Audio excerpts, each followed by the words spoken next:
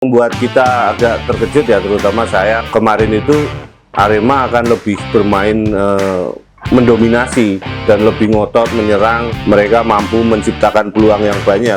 Salah satu yang menarik adalah keberanian Seto menurunkan penjaga gawang Tri Hamdani ya. Oke, ketemu lagi dengan saya. Selamat siang, sore, pagi, malam. Kita akan mengulas pertandingan antara Arema dan PSS yang bermain di minggu kemarin.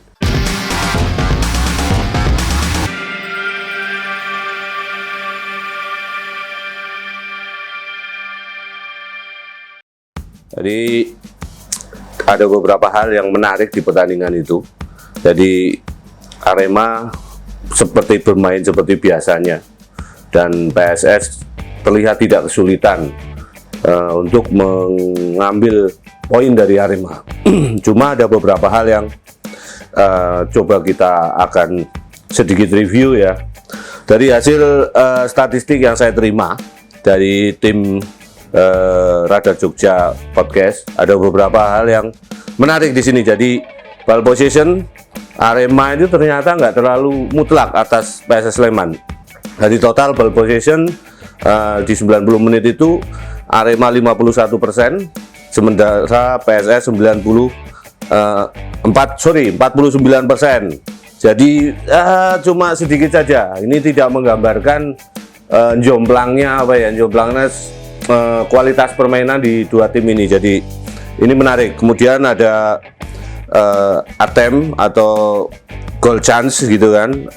Arema ini 16 kali dan PSS ini 4 kali. Jadi peluang untuk gol ini di Arema lebih banyak, sampai 16 kali, dan PSS hanya 4 kali gitu kan. Yang berikutnya adalah shot on goal atau tembakan ke gawang. Ini Arema juga cukup dominan, ada 8 kali shot on goal, dan PSS itu ada 2. Dan save penyelamatan, Arema ini ada 2 kali penyelamatan, sementara PSS ini juga 8 penyelamatan. Dan total umpan yang kemarin ada di pertandingan itu juga nggak terlalu jomplang gitu kan. Total pas dari Arema itu cuma 311. Sementara PSS ini 295, bedanya tinggal dikit gitu kan. Dan sukses pas atau umpan-umpan yang berhasil, Arema ini 215, sementara PSS 204. Jadi dari data statistik ini kelihatan sekali bahwa permainan keduanya itu berimbang. Jadi tidak ada yang dominan, tidak ada yang begitu menguasai pertandingan, tapi ya nyaris setara lah antara Arema dengan PSS. Ini sedikit membuat kita agak terkejut ya, terutama saya agak terkejut karena saya pikir pertandingan besok kemarin itu Arema akan lebih bermain mendominasi dan lebih ngotot menyerang, kemudian mereka mampu menciptakan peluang yang banyak. Ternyata peluang yang banyak pun ini juga tidak terlalu wah ya, cuma 16 gitu kan. Meskipun PSS hanya 4, tapi bisa dikatakan kalau PSS ini tim tamu, makanya tim tamu itu kan terlihat lebih berhati-hati. Mereka menunggu bagaimana Arema ini menyerang, sehingga mereka mencari celah untuk berusaha untuk memanfaatkan kelemahan-kelemahan Arema saat menyerang. Itu aja. Tadi itu yang dari gambaran statistik. Kemudian ada gambaran pertandingan secara langsung kemarin itu. Kalau kita lihat Arema bermain dengan karakter lama ya. Jadi mereka memainkan bola-bola pendek, kombinasi 1-2 sentuhan, dan berusaha menguasai lini tengah. Jadi lini tengah Arema ini kemarin ini cukup tampil wah ya. Saya bilang wah karena apa? Pemain-pemain yang masuk di lini tengah Arema ini termasuk mantan-mantan timnas semua ya. Di situ ada Evan Dimas, ada Malis, kemudian Ilhamuddin main di menit kedua, babak kedua. Kemudian ada Gianzola ini juga meskipun nggak masuk timnas, tapi dia juga pemain yang cukup bagus. Kemudian ada Vigo ini sempat juga, Andreas Vigo ini di wingback, coba dia juga sering naik ke lini tengah untuk membackup lini tengah dari Arema. Dan pemain ini juga pernah masuk timnas kalau nggak salah. Dan saya pikir Arema kemarin sangat ingin menguasai pertandingan di lini tengah ya, dan PSS juga berusaha untuk meladeni itu. Jadi lini tengah PSS ini juga tampil bagus ya. Yang kemarin secara umum Arema ingin lakukan adalah pertama mereka menguasai lini tengah, yang kedua melakukan tusukan-tusukan dari sayap atau dari flank. Ini terlihat dari beberapa kali upaya-upaya Arema ini dengan Vigo dan ada Malis yang kombinasi dari belakang ke depan ini mencoba untuk menyerang dari sisi sayap atau memanfaatkan flank dari PSS. Dan di sayap satunya lagi di sini juga Dendi Santoso juga bermain kombinasi dengan Jayus ya, terutama Jayus ini juga cukup bagus mainnya, dan kemarin juga cukup rajin untuk melakukan overlap dan membackup lini tengah maupun lini depan dan berusaha untuk melakukan crossing. Tapi upaya strategi awal yang dilakukan Arema ini sebenarnya tidak banyak menghasilkan peluang ya, maksudnya tidak banyak menghasilkan peluang yang membahayakan gawang PSS, karena beberapa kali juga lini depan dan lini tengah PSS ini cukup waspada ya. Jadi ada beberapa hal yang menarik di sini. Jadi duel-duel kemarin tidak hanya tersaji di lini tengah atau lini gelandang, tapi juga di sayap-sayap ini juga terjadi duel yang cukup alot. Ada beberapa kali Marco Merauhe di sayap kanan PSS Sleman, kemudian Saiful Ramadan di sayap kiri ini juga selalu melakukan antisipasi ya terhadap naiknya wingback dari Arema, sehingga duel-duel yang agak keras ini memang terjadi di sayap juga, tidak hanya di lini tengah ya. Lini tengah kemarin Evan Dimas terlihat tidak bisa mendominasi karena di situ ada peran Ze Valente juga, dan beberapa kali Evan Dimas ini malah kalah dalam perebutan bola ya dengan Ze Valente, dan malah akhirnya melakukan pelanggaran yang membuat Arema ini mengalami kerugian. Kerugiannya apa? Serangan-serangan Arema ini tidak mengalir dengan lancar ya. Jadi lini tengah dari Arema ini seperti macet, tidak bisa mengalirkan bola secara langsung ke kotak penalti. Sementara di lini depan Abel Kamara sendiri juga ditempel ketat oleh Talisson. Kemarin Talisson ini cukup tampil bagus, pergerakannya selalu diawasi oleh pergerakannya Abel Kamara ini selalu diawasi oleh Talisson, sehingga Talisson bergerak kemana pasti di situ juga ada Abel Kamara, dan dua-duanya juga sering berduel dalam perebutan bola, dan postur tubuh dari Talisson yang cukup jangkung dan badannya yang cukup kekar ini ternyata juga menyulitkan dari Abel Kamara untuk berakselerasi. Akhirnya apa? Akhirnya terjadi kebuntuan di lini depan dari Arema. Nah, ini yang membuat PSS bisa tampil nyaman ya di babak pertama ya. Mereka tidak parkir bis, bahkan parkir sepeda motor aja tidak ya. Jadi sama sekali mereka tidak bertahan. PSS ini sama sekali tidak bertahan. Jadi meskipun mereka bermain di kandang lawan di Malang, tapi Seto ini tidak menginstruksikan pemainnya untuk bertahan total. Jadi masih ada beberapa kali pemain-pemain PSS ini mencoba untuk menguasai bola, kemudian memainkan bola di lini tengah dan mencoba mendistribusikan atau menyuplai bola ke sayap-sayap PSS yang juga tampil lebih cepat, seperti Ricky Dwi ya. Ricky Dwi ini juga pemain muda yang kemarin juga beberapa kali dapat peluang. Sayang memang peluangnya ini memang belum mateng. Dan kemudian yang menarik di sini Michael Chagas biasanya kan di beberapa pertandingan ini setelah menit ke-50 atau malah sebelum menit ke-50 itu langsung diganti oleh Seto. Tapi kemarin lebih mungkin menit ke-75 kalau nggak salah dia baru diganti. Nah, di sini peran Chagas ini agak sedikit berbeda. Jadi dia mencoba untuk terlibat lebih banyak dalam permainan PSS, terlibat lebih banyak dalam perebutan bola di situ, dan dia mencoba untuk menjemput bola, kemudian dia juga mencoba untuk membuka ruang baik ke kanan atau ke kiri. Ini bukannya tanpa alasan. Saya pikir Seto kemarin menginstruksikan Cagas ini agak lebih melebar karena apa? Untuk menghambat pergerakan dari dua wingbacknya Arema yang cukup rajin naik seperti Vigo dan Jayus ya. Jadi kedua pemain ini juga agak sedikit kerepotan karena si Cagas ini selalu beroperasi di sayap dan mereka kan pasti mengawasi si Cagas ini. Nah, ini juga menjadi hal yang positif. Jadi kemarin kalau saya pikir PSS ini sudah menyiapkan strategi betul untuk menghadapi Arema. Mereka paham betul apa yang akan dilakukan oleh Arema di kandang sendiri ya.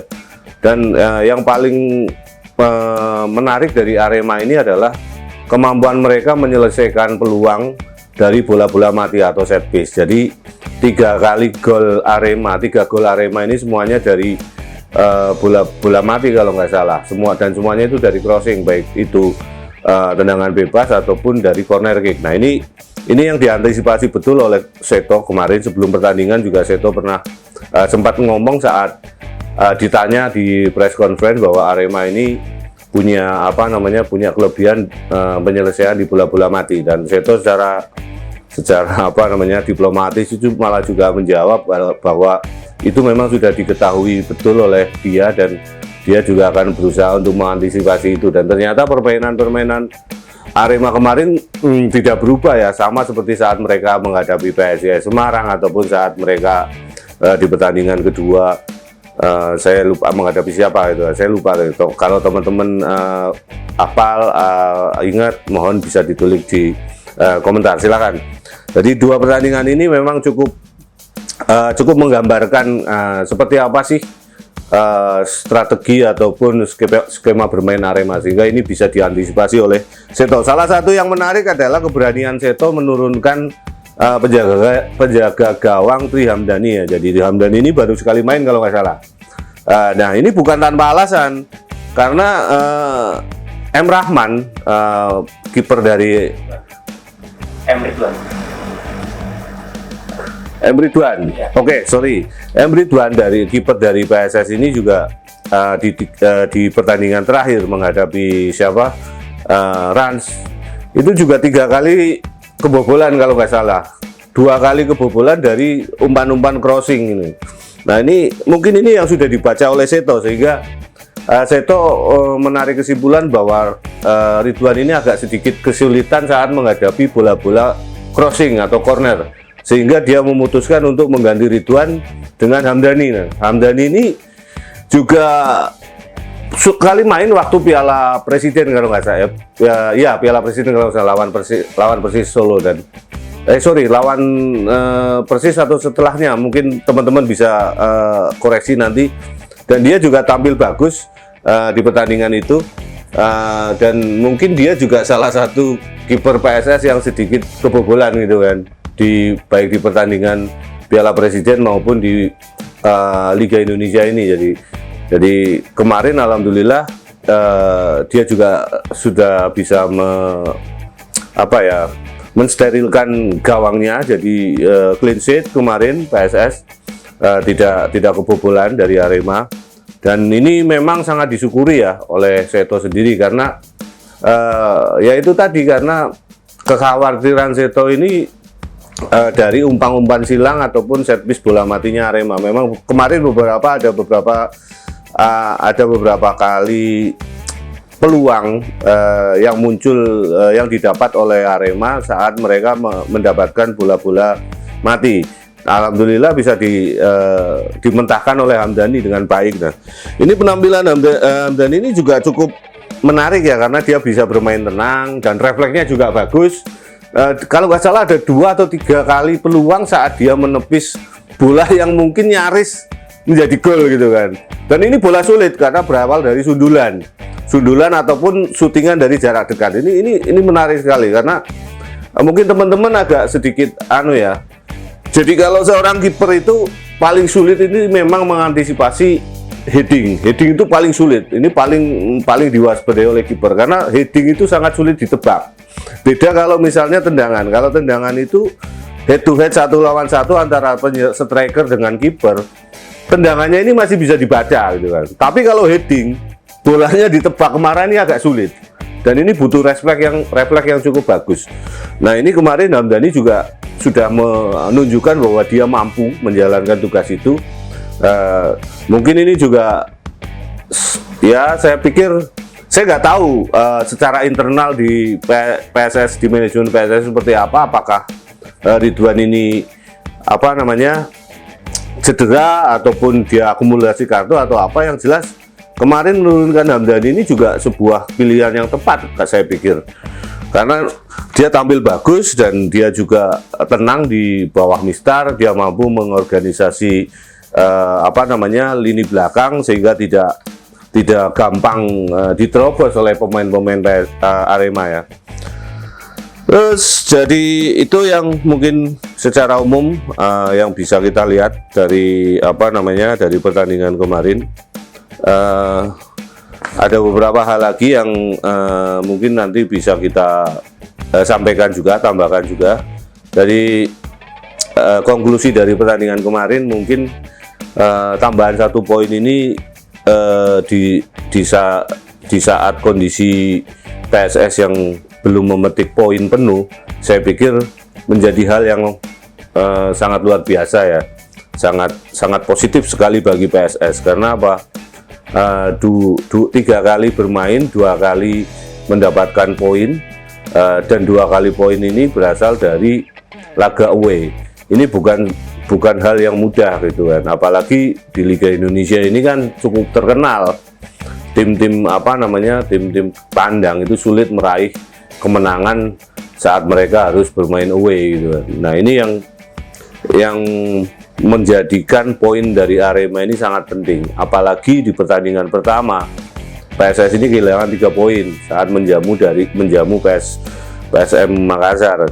Nah, dari 3 kali pertandingan kemarin, saya pikir ada beberapa hal yang cukup menarik, terutama dari 3 pemain asing. 3 pemain asing ini sudah settle. Ada yang terakhir mungkin yang agak sedikit kemarin bisa menyamai perform itu Djihad Ayyub ya. Djihad Ayyub ini di 2 pertandingan ini belum maksimal, dan kemarin ternyata dia tampil full tim. Dia juga mampu bermain bagus di lini tengah, dan dia tidak apa ya namanya tidak gampang dilewati, dan dia juga tidak gampang kehilangan bola.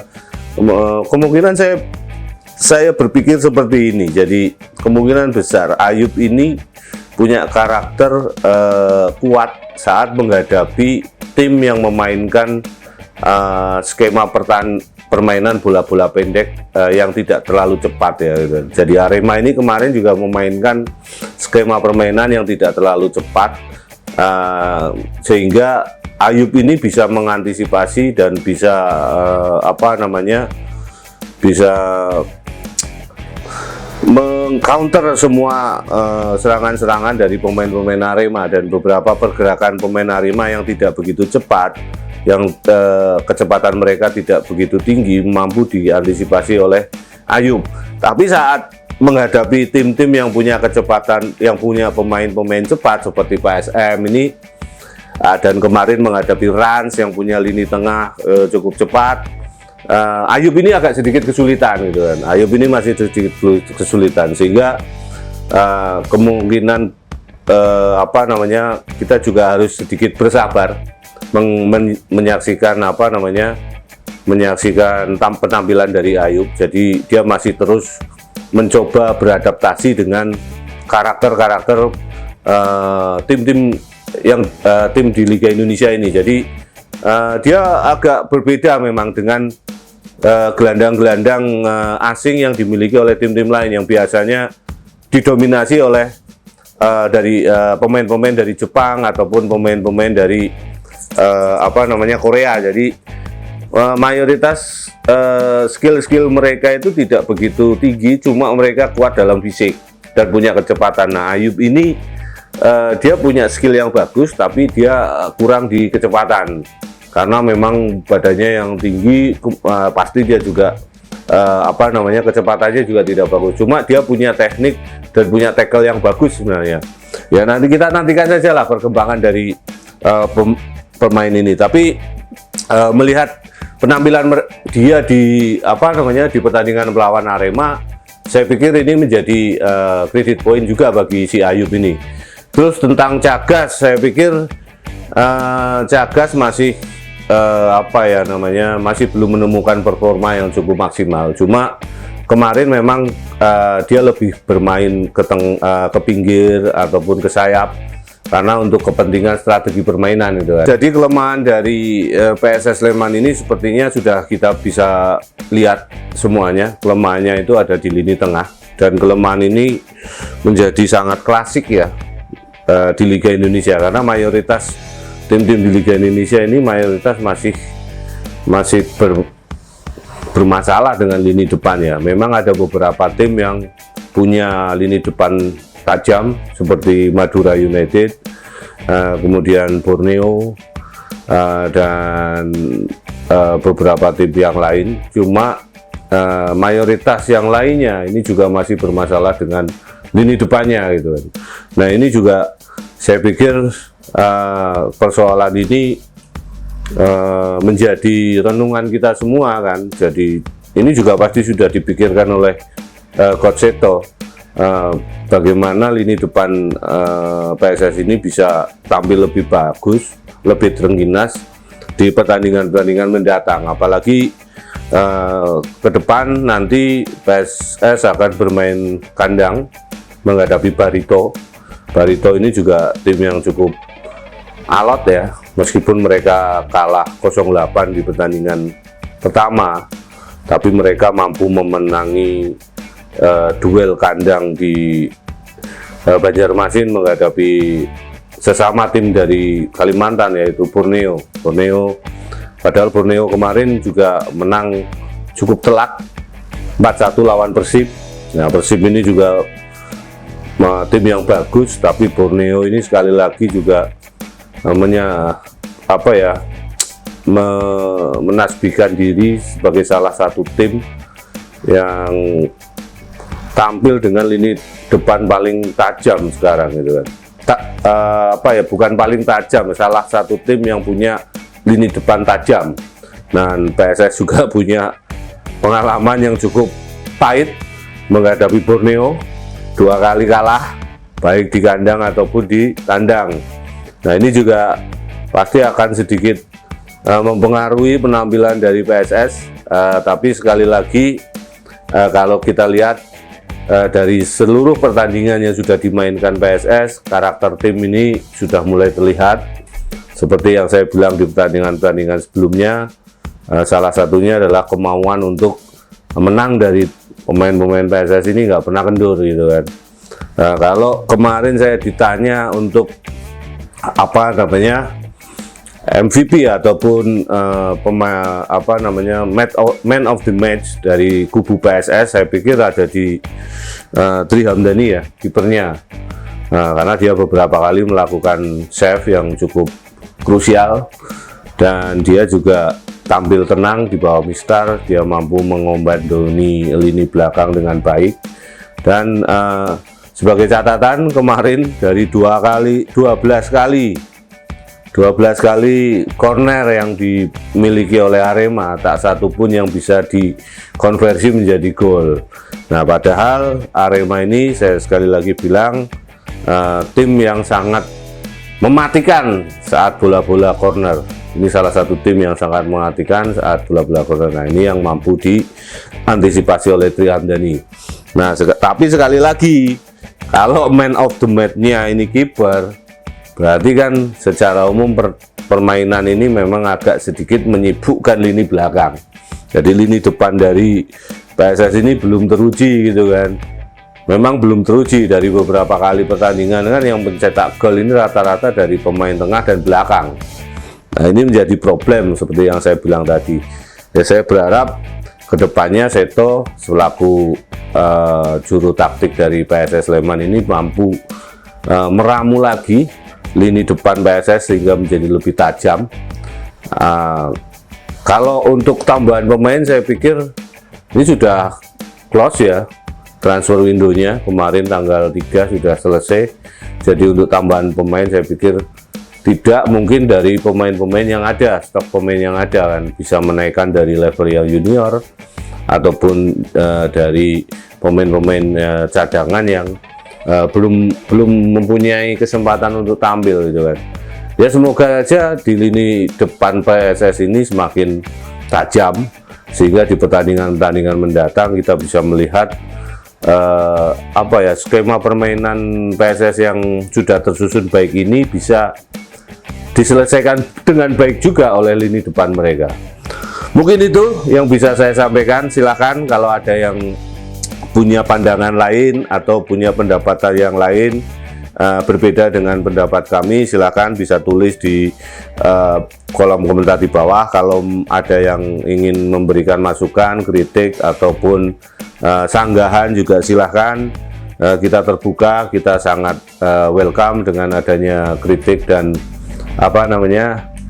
masukan-masukan, dan juga ini kami juga berharap teman-teman bisa subscribe channel ini sehingga teman-teman yang membantu saya di podcast ini semakin semangat untuk memproduksi video-video lainnya. Itu saja, terima kasih. Ali.